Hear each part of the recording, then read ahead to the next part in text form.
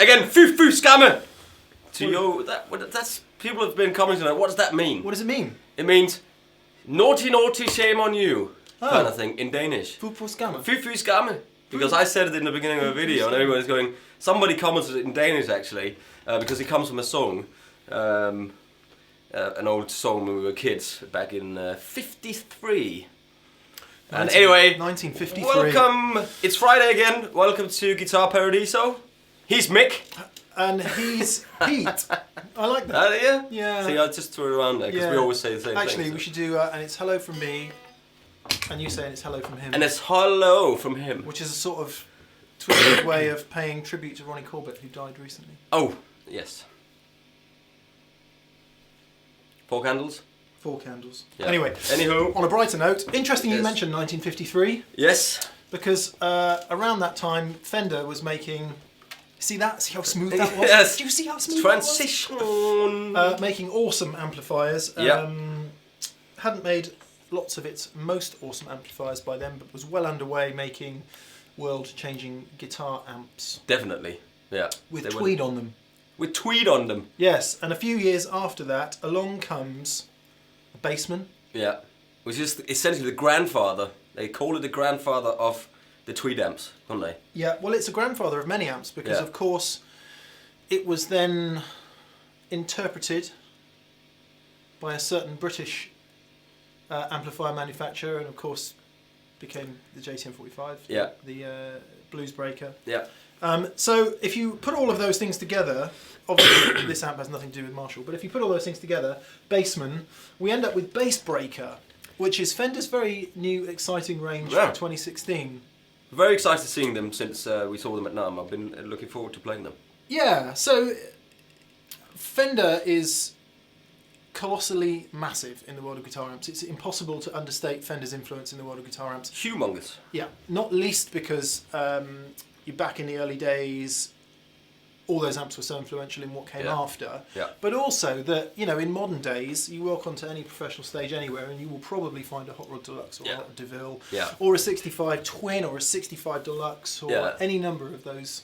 Princeton or a whatever, there's loads of them, and they've got this characteristic sound that everybody loves and knows, and it works well with pedals, which we're going to come on to in a minute with these amps here, and a Fender into a Fender, as I always say.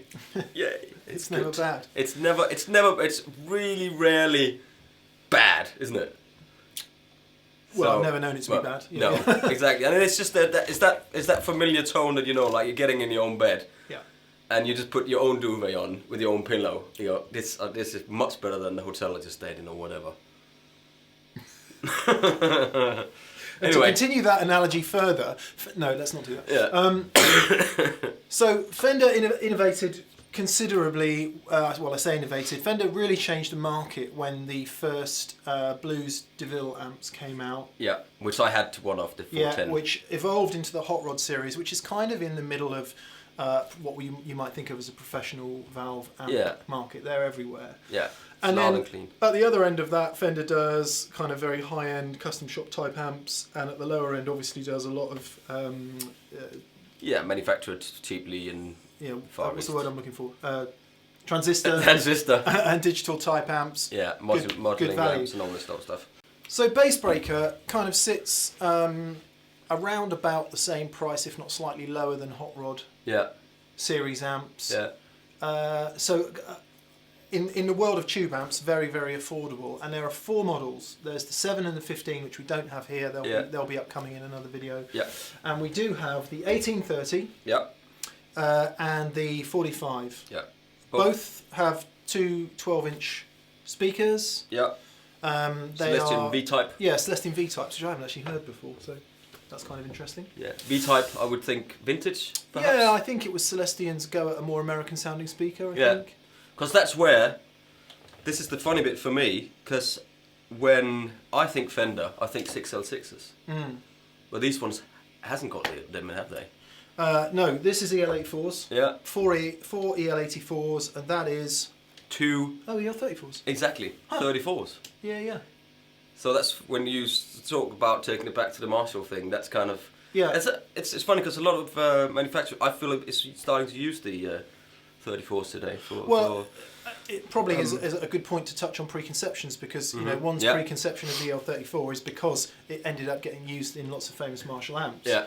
And I think some people's preconception of Fender's amps is clean, glassy, mid-scooped, 60s kind of, like as you say, 6L6s. 6L6, like maybe 6V6, some of them have got 6V6s in, but mostly 6L6s. Yeah.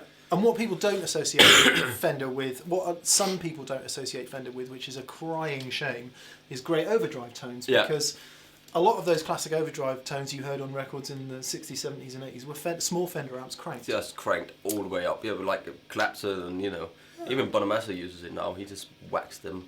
Oh, there's loads of stuff. Lukather used to use a deluxe like time. They overdrive in the most perfect Stevie Ray way. 1. Yeah. Everything on 10. Anyway, Bassbreaker is about going, okay, you know Fender's clean history, Fender does those sounds, but here's just pushing it a bit. Here's a bit more gain, a bit more aggression.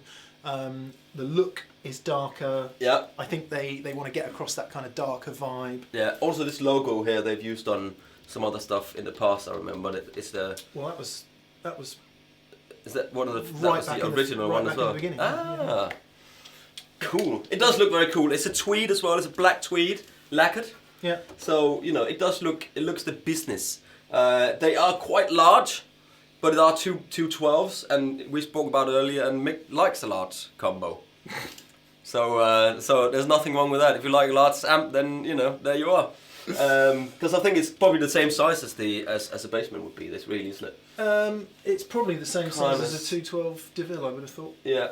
Which is a little bit bigger than the 1x12. Yeah, you can see that's a little tiny bit taller there. Anyway. Yeah, actually no, it's bigger than a 212 DeVille because the speakers are not offset. In a 212 DeVille, they're offset. Yeah, so it's quite large. That. Yeah. This is a little smaller, but.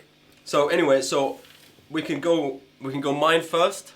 Oh, not mine, because it's just that amp that's behind me, which is the 45. So it's 45 watts, 2x12, and it is basically it's built on the Bassman, the 59 Bassman circuitry. Yeah. But with the EL80, 34 in there, and it's got a little switch on the top. So you got the bass, you got treble, you got middle, you got presence, and no reverb, and then you've got this sort of 1 watt to 45 watts. So an attenuator. Attenuator kind of thing, so you can go all the way down and all the way up. And then you've got 3 inputs, normal, bright, both. Yeah. And you've got 2 volumes for each of those channels. You might associate more with a Plexi style Marshall. Yeah, with the JT45. Normal channel, the bright channel, and then you could do both of them, yeah. And you can do that in here, so you can mix those two in. I'm in the middle now. Why don't we start there, Pierre? Yes, darling. You play. I will offer commentary from the rear. So this is the normal channel. Normal channel. What are the settings? Everything on 12 or? Well, a little bit more bass as you like it. Okay.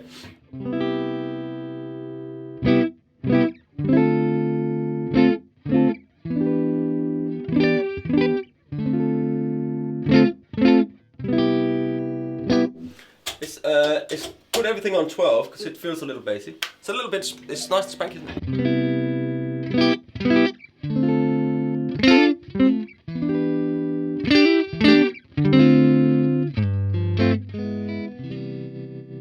What was that in? That was the bright.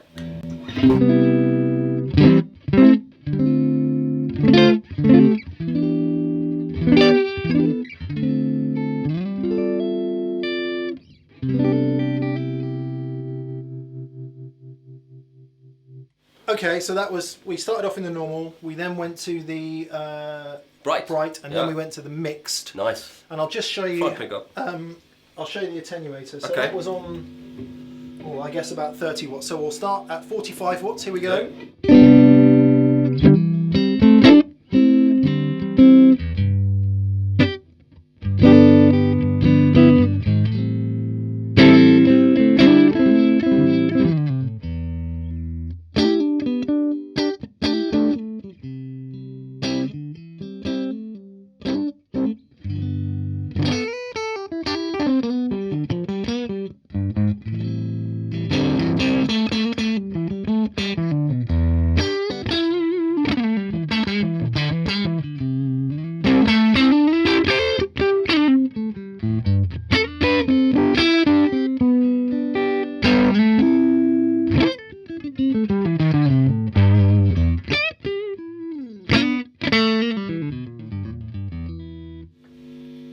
So a lot of tones again. Yeah. It's a very simple amp, isn't it? One channel. What I was doing there was going from full power on the attenuator all the way down to 1 watt, and as it got quieter, pushing the input, pushing the volume so that the thing was overdriving. It's very loud.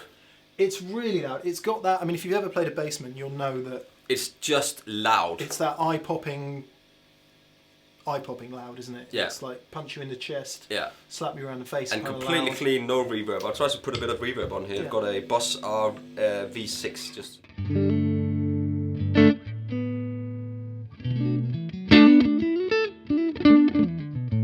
And that's just going in the front, and that's another thing. This amp is designed to take pedals really well. So.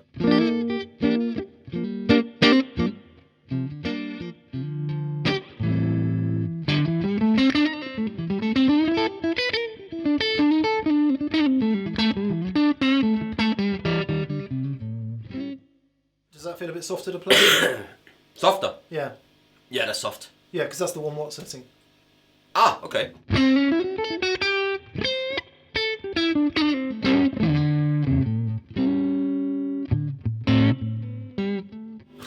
Compared with 45 watts.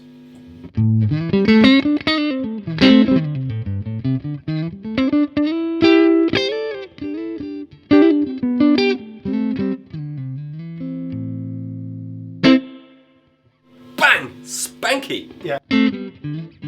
Wow. So Sounds good. There's a nice range of sort of feel attack underneath your fingers there. Yeah, loads of it, yeah. Yeah, because obviously at 1 watt or slightly more than 1 watt, you can really dig in. It's still loud at the 1 watt though. Yeah. It's not like you go in, for instance, when we looked at the Tone King, where you have the attenuators and they go down and it's like, oh, you almost can't hear it kind of thing. It's still loud. You can still hear 1 watt. It's not. You don't want to practice with this in the middle of the night at 1 watt. You will get in trouble. Okay, so there we go. Should we, just before we move on, should we hear an overdrive pedal into it? Yeah, we shall. Yeah. So Pete's got the JHS AT overdrive on the floor. Timmons, yeah. And I've got a bit of a Boss DM2 Vasacraft delay as well. Just smack that in. So.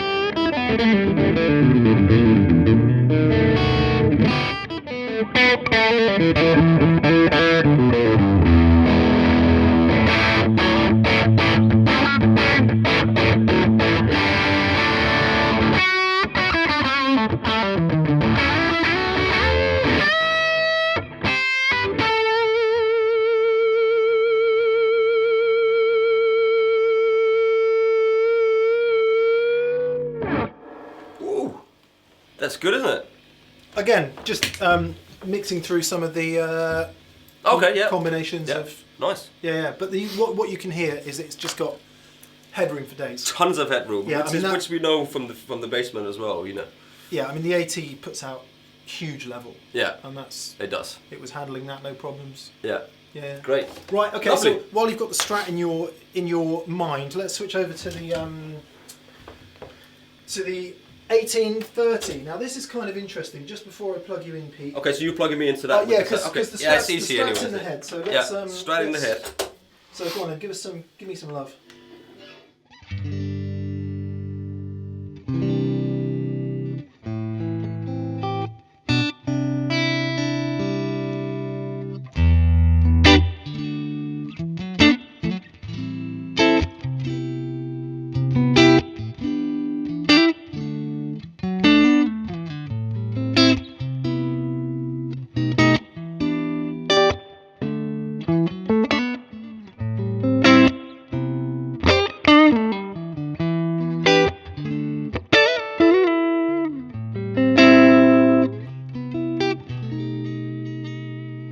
Much more glassy.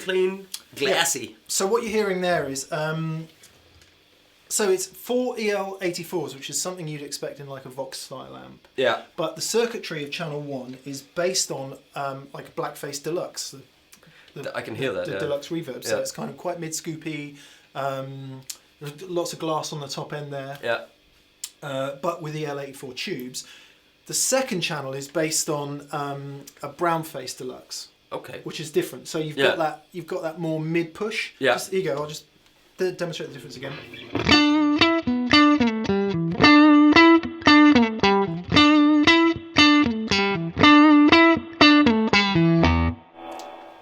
Much more mid-range push. Yeah. And that's kind of, I don't know about you, but I'm really liking that because you get that real glass on the top of the sound. Yeah. I like a black the black fix actually. It's good. Okay, so let's just hear the AT then. Okay. To see.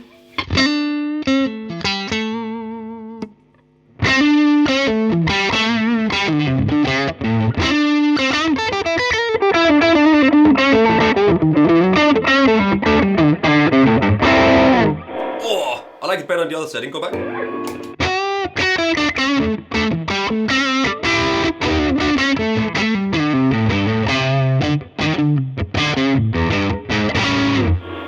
If you play on the bridge pickup.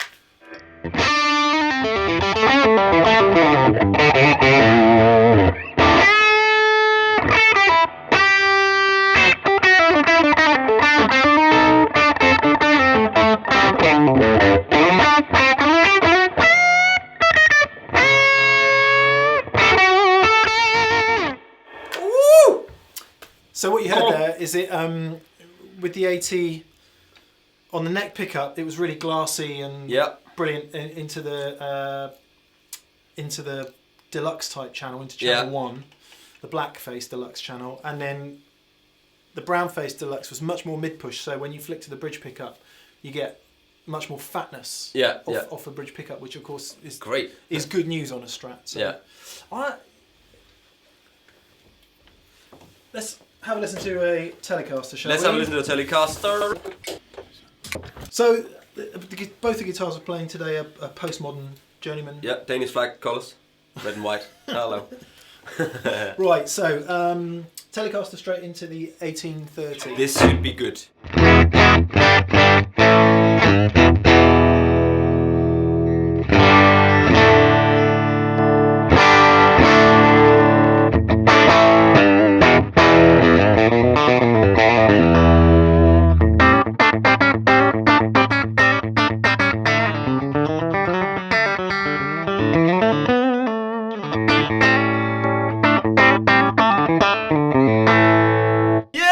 Ace, just ace. If I'm a particular fan of EL84s with tellies, you know, you might associate that kind of sound with someone like Brad Paisley or whatever, with a bit more overdrive. So to hear it out of a Fender amp of 30 watts power with EL84s is really cool. And you heard the difference there between the black face more mid scoopy and the brown face more mid push. Yeah, that's a pretty cool sound. That sounds good, man. I'm pleased with that. Unfortunately, there's no power attenuator on here, so if I push the volume, I think we're going to kill the input. I'll keep it.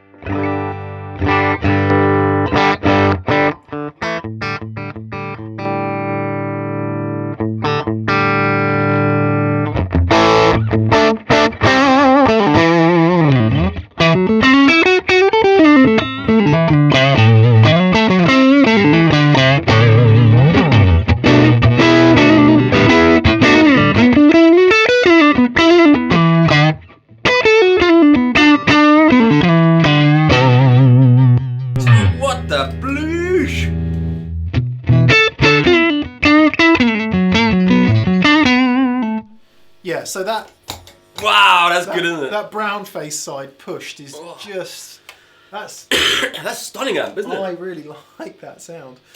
Got an overdrive pedal on the floor here, full tone plimsoll, so we'll kick that in and see what happens. Remember the brown face sound.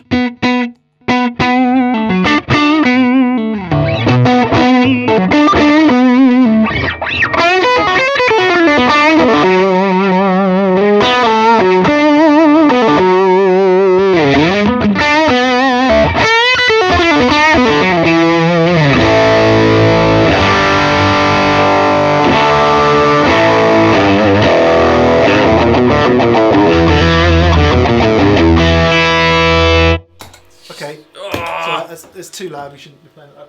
But that what that shows is, while the two channels do sound very different with no pedals, whatever pedal you choose to run in there is going to bring out more of that character. So the brown face just went even more mid pushed and kind of fat and syrupy, and the black face went even more kind of mid scoopy and in Chelsea, they call it greasy overdrive. You get from that one, greasy overdrive. I'm just going to do one final thing. Oh, here we go. This is from the other guitar company. Yeah. Let's hear it with a Les Paul, just to see what humbuckers. Traditional. Yeah. Just to see what humbuckers do. Here, be careful with the levels now. Yeah. Well, it'll just be loads more bass, wouldn't it? It should just compress more, really. Yeah.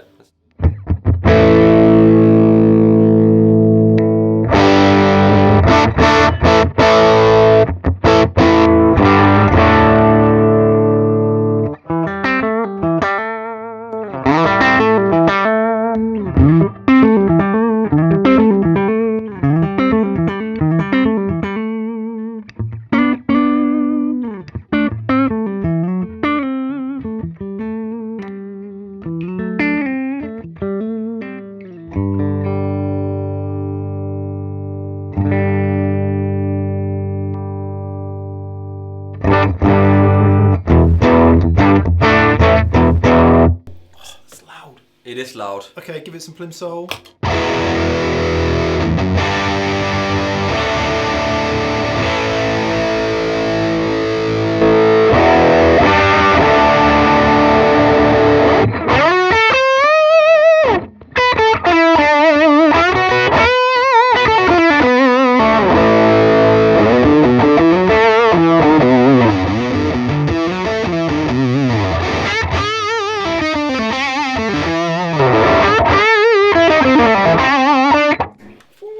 Yeah, okay, that's enough of that because that's ear damaging territory. But oh my god! Again, how much difference did those two channels bring out in this? Yeah, it's ridiculous. It was absolutely like, real it's push. like night and day. Yeah, yeah.